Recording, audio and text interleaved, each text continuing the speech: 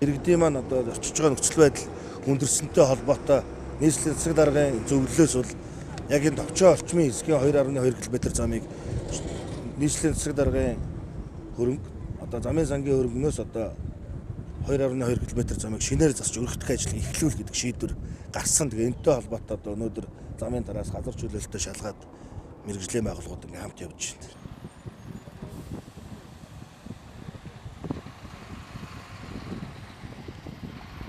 Уулзууруудыг бас өргөтгөх, за мөн одоо энэ улиас даагаас тээврийн товчоо хүртэл, за зүүн тишиг замуудыг одоо засаж сайжруулж байгаатай холбогдуулаад, за мөн одоо тээврийн товчоог одоо буулгаж байгаа. За энэ хэсэг дээр бас нэлээдгүй бас одоо хөдөлгөөн баригдаж одоо эрчим саарддаг, ачаал үүсдэг. Тэгэхээр зэрэг энэ дээрх ажлуудыг хийж гүйцэтгэснээр бол хөдөлгөөний ачаал багасж, төвжирэл буурч одоо жолооч нар зүүн тишээ гарч байгаа чиглэл бас одоо хөдөлгөөний төвчрөл буурах юм боломжтой юм аа.